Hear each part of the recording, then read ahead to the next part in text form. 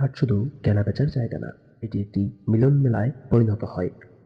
চারপাশে মাইকের আওয়াজ, ব্যাপারীদের হাঁকডাক এবং ক্রেতাদের দরদাম করার শব্দে এক প্রাণবন্ত পরিবেশের তৈরি হয়। বিভিন্ন গ্রাম থেকে খামারিদের পরম যত্নে লালন পালন করা পশু নিয়ে আসে, যা গ্রামীণ অর্থনীতির প্রাণশক্তি। গরুর হাটে গরু কেনা কেবল পণ্য কেনা নয়, এটি একটি আবেগীয় বিষয়। বাবার সাথে হাটে গিয়ে গরুর কেনার স্মৃতি সারা জীবন মনে থাকে।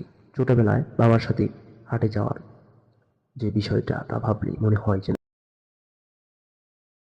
আবার ছোটবেলায় ফিরে যায়।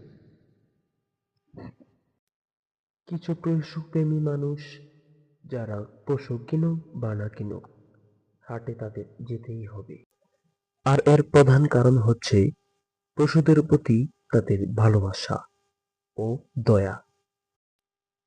আমাদের সমাজে পশুপ্রেমীদের কাজকে বা শখকে অনেক সময় বাড়াবাড়ি মনে করা হয়, কিন্তু কিন্তু তারা এই সমালোচনা অপেক্ষা করেই পশুদের প্রতি দয়া দেখাতে একটু দ্বিধাবোধ করে না।